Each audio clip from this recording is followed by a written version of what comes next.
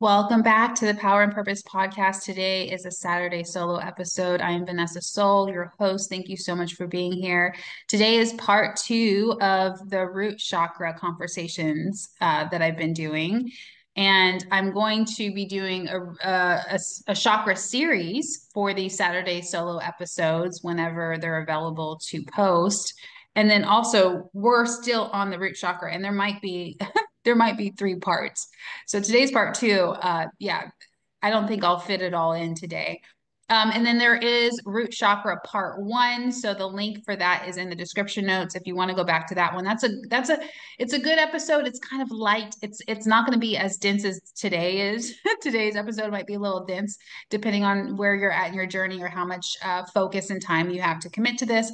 But you can go to the part one and look at that. And what's really cool about that episode is I link the root chakra to what it's associated with, its association in astrology. And in astrology, the root chakra is associated with Saturn first, and then Mars second. So I do a list of Saturn placements, all 12 placements, depending on where you have Saturn in your chart. And you can use that episode to look at your placement. So if you have your natal birth chart and you know where you have Saturn, or if you feel inspired to look that up, you could do that and go back to part one because you can the timestamps are there in the episode, and there's a little bit of an introduction about the root chakra. And then I think for the majority of the episode, I go through all 12 signs to give you tools and suggestions on how you can support your root chakra depending on your placement. So if you have Saturn in the first house, it's really important for you to know how to support your root chakra and nourish it and stabilize it on a daily basis from the perspective of having Saturn in the first house, or Saturn in the seventh house, or Saturn in the 10th house. So all of that is, or Saturn in Gemini, all the signs, right, in houses. So there's that.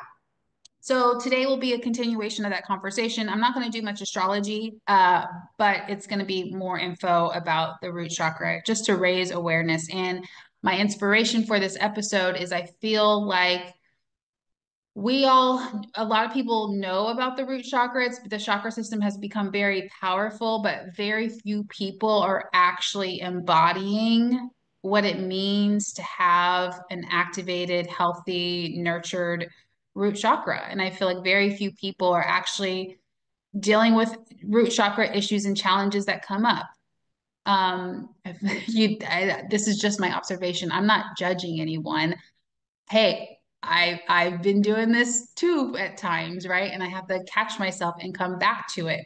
So, and then, in the world, when I look at the world, you guys, just so you know this about me, it's like I see the world in energy. I see, you know, there's some conflict that somehow I was scrolling on I didn't scroll long, but it was like 30 seconds of scrolling and I ended up on the wrong video, right? There was some conflict in the parking lot with people.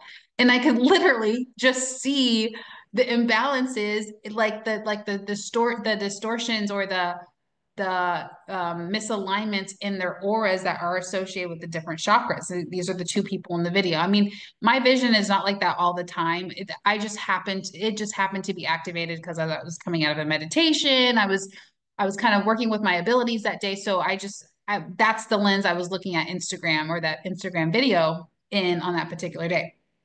But anyway, so as I look at the world, a lot of people are struggling with safety, insecurity, instability, and strength, and courage, and energy, and adrenaline. And like those are all associated with the root chakra. So I feel like, okay, we can't solve a problem from the same level it was created at, right? And I think that a lot of our root chakra challenges come from not being aware of we know of the root chakra. Oh yeah, yeah, yeah, I know the root chakra, but it's like the surface level of information. And so my inspiration for doing this is to offer like deeper layers of information so that we could be more aware within ourselves and the collective. And then also in the spiritual community, I just find that people in the spiritual community, I kind of feel like some people in the spiritual community are having more issues with root chakra than others. And I don't know why, but that's just an observation, no judgment.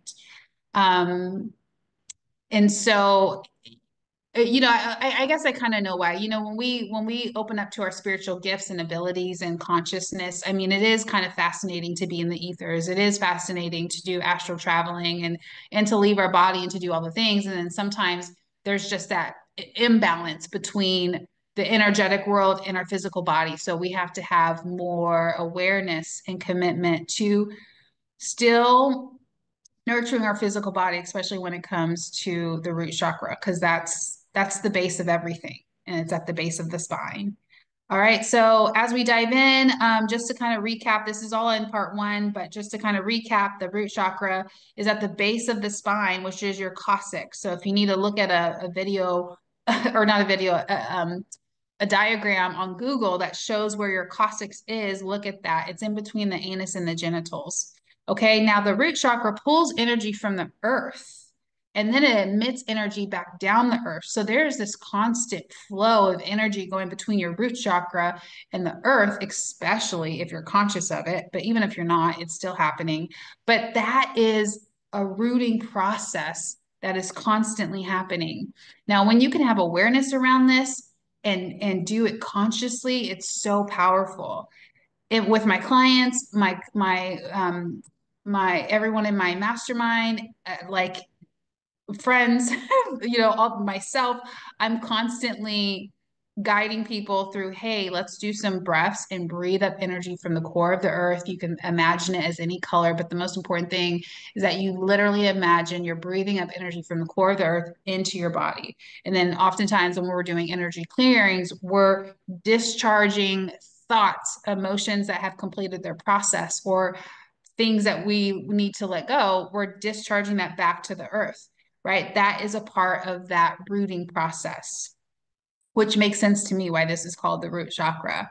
So, really cool stuff. And it's the foundation of all the other chakras. Again, this one is linked to safety, security, grounding, survival, material things. And, you know, it is associated with money, but all chakras have an association with money.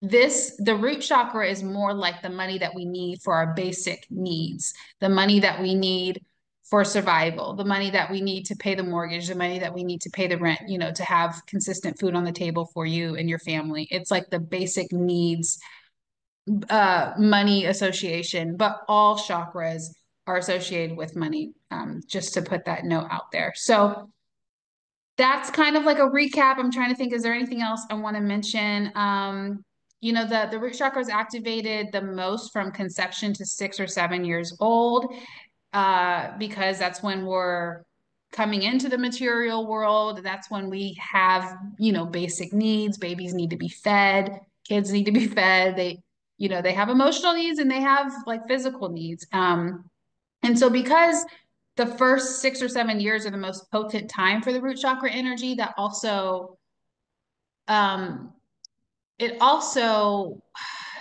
is unfortunately, it is the time that most of us experience the most traumas or dramas or destabilizations or distortions that kind of end up, that our root chakra kind of hangs on to as a fear or as an issue or as a challenge. And, so working with your early life, all the way up until age 6 or 7 is definitely important if you're on this journey of really realigning your root chakra. So yeah, I just like to say that because there's some people out there, they're like, oh, I don't remember my childhood. I don't want to go back to it. I just want to move forward. And that's I love it sounds really nice. I just want to move, we all just want to move forward. But if we don't go back to some of the early life challenges that happen up until 6 or 7, you're missing root chakra experiences that you might need to address and become aware of and acknowledge and work through and process and complete that emotional process so that it doesn't become emotional baggage for you. All right, so that's the basics. Another thing I want to mention is that, the root chakra is connected to our biofield. Now, our biofield is kind of like the energetics. of our body. It's everything within and around us. You might, I guess the aura is another way that we kind of that we refer casually to the biofield, but I don't even know if the word aura really encompasses everything that the biofield is. That's debatable. I'm not claiming to know that one way or the other. I'm just putting it out there. But our biofield is so important because it impacts every cell of our body, every organ of our body. Even though the biofield is invisible, it impacts everything that's going on with our health, our mindset, our soul, our personality, our emotions.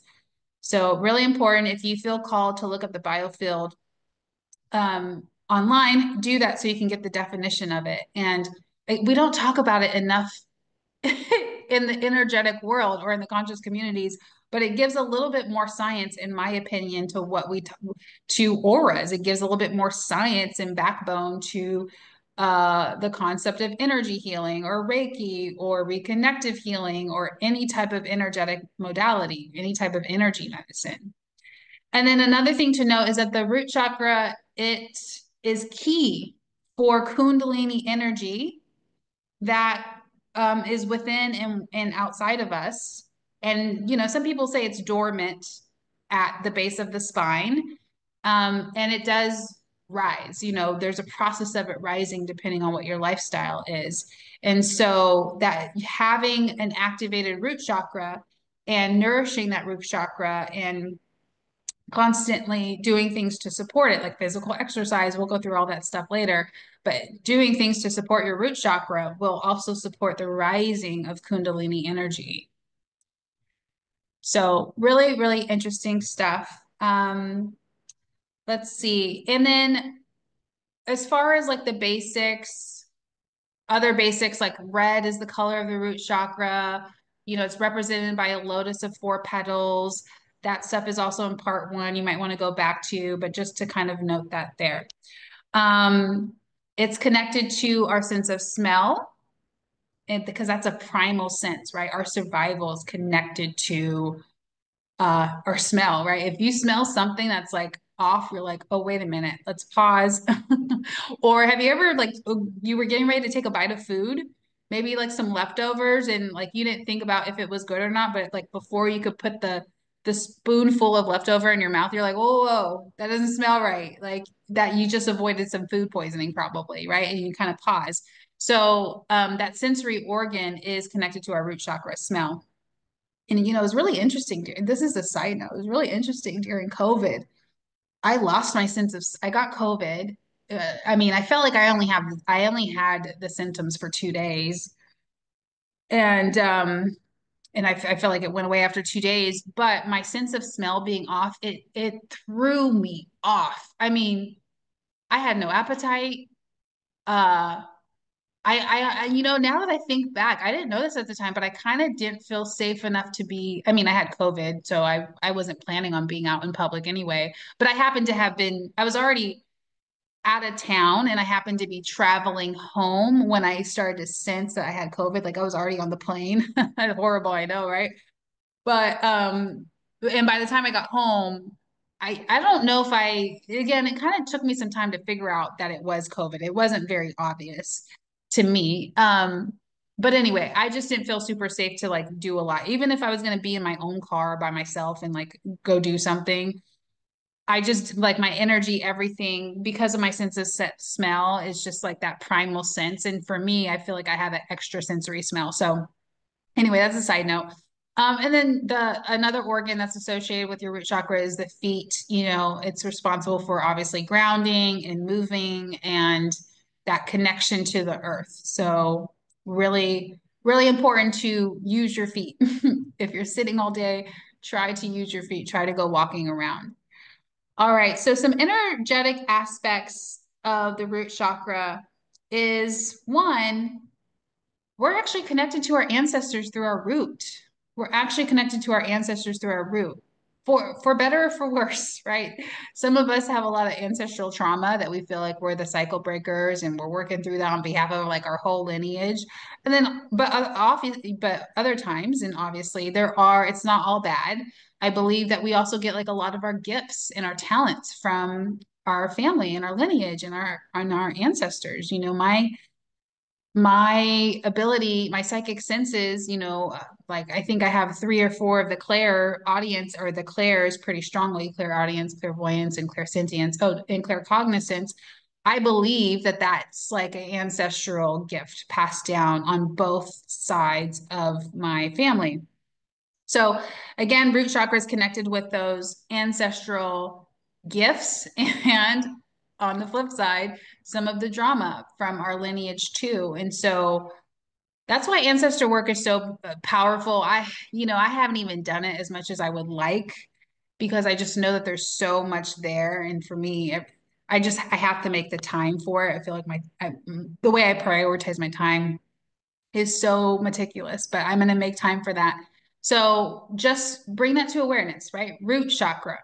Yes, it is about our survival in this body, in this life. Yes, it is about putting a roof over our head. Yes, it is about the money for mortgage, rent, the most foundational necessities that we need, and also ancestral stuff. So if you're feeling um, like you have root chakra imbalances or misalignments or challenges, and you're not sure like what the actual, like what you need to bring awareness to, try some of your ancestral um connection. Try maybe going into like looking into some of your ancestral history will help, right? Because then you can address any drama, traumas, or gifts that are trying to come through your root chakra activation.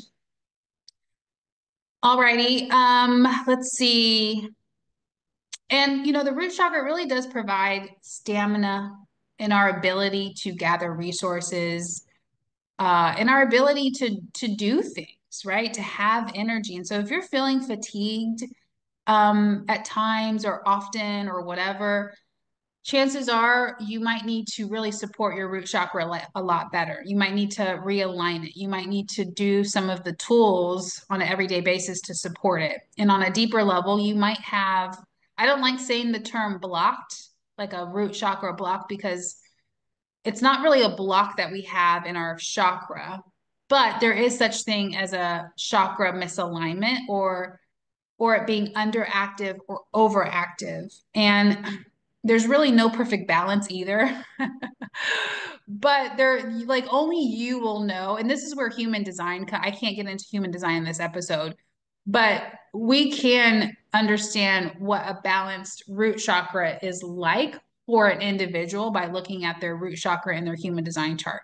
But in a general sense, um, you can observe yourself to see if you have like an underactive root chakra, like if it's hard to kind of move, or like if you feel like you're in like this free state a lot and you have to kind of like force yourself to get up, or you have to have a bunch of coffee to kind of get out of that free state, that might be like an underactive root chakra. And like an overactive root chakra is like just kind of getting too attached to stress all the time. That was me for so many years, because I was like, I wanted to stay in that hyper vigilant state because I felt like I was in that fight or flight mode, and I felt like I had to do that to survive. And so I was like doing like 3 or 4 coffees a day, right? Is keeping me in that high cortisol, high adrenaline state, overactive. Um, so yeah, there's that. So just kind of sit with that, and you'll kind of see what you need. By the way, I totally forgot to mention that in the description box is the root chakra guide. It's free, and it's a bullet point list on everything that I'm talking about here. So you could just sign up for that, download it. It's not too lengthy. It's bulletproof or bullet format, not bulletproof. I mean, it will make you bulletproof, yes, but it's in bullet format, so you can come back to this information later. So the thing about the root chakra is that it needs to be replenished on a daily basis, because it's like our first chakra.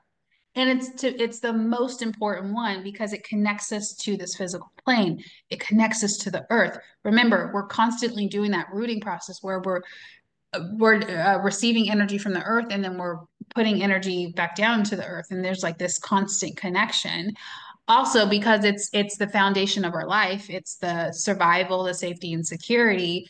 Um, it's probably working 24 hours a day. So we demand a lot from our root chakra, right? And there's times to rest, and there's times where it doesn't need to be so activated, and it has like its own thermostat, if you will. Especially if you support it, you can kind of trust that your root chakra will have the appropriate response for the situation that you're in, or the experience that you're in, or the day, or whatever you have for that particular day, right? That's the point of quote unquote healing the root chakra, which is really just integrating. Please don't attack me for saying the word healing. That's been happening a lot lately.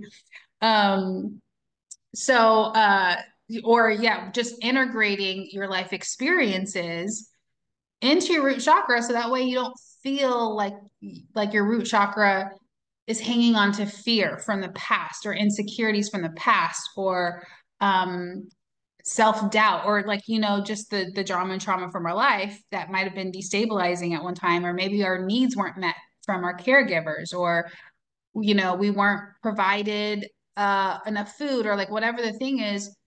The point of integrating your life experiences and clearing it out and letting all that to fully process is so that you're not carrying that psychologically and physically in your root chakra in the present moment. Okay, so your root chakra needs replenishment and nourishment and attention and activation almost every day. I will say every day, like even every day. And for other chakras, um, they all have like their own schedule. And I don't really have like the schedule written down per se. I just kind of know this for over the years. Our root chakra requires attention, focus, and nurturing every single day. And then some of the other chakras, it's like every 3 days. And some of the other chakras, the higher you go in the chakra system, they all need maintenance and focus and attention and love, and balancing and alignment. But the higher you go in the chakra system, it's kind of like the least amount of days, or a shorter amount of days that you can go without really focusing on it. So hopefully this is all making sense. And again, this root chakra, it's the center for survival, stability. It's our foundational center. And then some physical symptoms, if you feel like, you know, if you're not sure if you have some root chakra challenges that need your attention. Physical symptoms can be chronic fatigue, weakness, shallow breathing, immune system challenges, digestive system issues, adrenal gland issues, addiction, or excuse me, well, yes, like addiction and attachments, especially to like certain foods or substances. And then any physical issues with anything below your hips, that's kind of like a sign that you need some grounding, or you need to give your root chakra some love and attention, some TLC. So, an example of that is like, I know that when I stub my toe, or like something happens to like my foot or like my ankle, I know it's a root chakra. It's like my body saying like, hey, we're a little unbalanced. Can we get some grounding, please? Can we get some, a root chakra meditation? Can you kind of focus your energy on me? And I'm like, oh, okay. I just stubbed my toe. I'm going to go do a beach walk. I mean, I try to do that often as a part of my routine anyway, but just to kind of bring this to your awareness, if you have things that are kind of like physical injuries here or there that are happening, either at the hips or below, that's also a physical symptom that could be associated with your root chakra. Now, emotional symptoms: anxiety, insecurity, fear, depression, victim mentality, feelings of disconnection. That's all associated with root chakra challenges, right? So this is where, if you're experiencing this is another sign that you really need to give your root chakra some TLC and do any kind of integration, clearing, balancing, alignment, anything that could be needed there. Also, trapped feelings, feeling like you have unmet needs or survival concerns or responsibilities, that could also be another emotional symptom of root chakra challenges as well. And then there's also some gender specific patterns for root chakra challenges. So what I mean by that, like typically, not always, but typically root chakra challenges in women show up as fear of abandonment, feeling trapped in a certain situation, like trapped in a relationship or trapped at a job or like something like that, or suppressing their decisions, like just suppressing their desires or needs. And then also survival and money struggles. So that typically can show up as a root chakra challenge for women. Now, for men, it's a little bit more common for them to experience fear of failing to provide. Although, take this with a grain of, use your discretion. Men can also experience fear of abandonment just as much as women, just to be clear. But when it comes to root chakra challenges, it's a little bit more common for them to experience the fear of failing to provide, low self-esteem tied to finances, and suppressed dreams and goals. Okay. So really interesting to just kind of be aware of that. So when you see that happening within yourself, that could be another sign like, okay, I'm feeling trapped in this relationship. I'm feeling trapped in this job. And this might be a root chakra challenge. Let me set aside some time to go work on this. Right. So that's why I really want to kind of, again, bring a lot of awareness here. All right, so that might have felt like a lot of information, and I'm going to pause here. Like I said, there will probably be a part three root chakra conversation on the podcast and on YouTube. And the next conversation will most likely be about tools, practices, ways that we could actually heal or integrate or address the fears or address some of the root chakra struggles and challenges. So that will be in part three. And just as a quick list too, I'll go deeper into it, but I talked a lot about a lot of the challenges. So I do want to leave you with a little bit of a solution. So first thing, make sure you're physically exercising. Second thing, make sure your feet are actually touching the ground for at least 30 minutes a day. That might seem really hard if you're living in the middle of New York City. I get it. It might seem almost impossible if you're living in downtown LA. I get it, but try to work that in somehow. So those are the easy ways.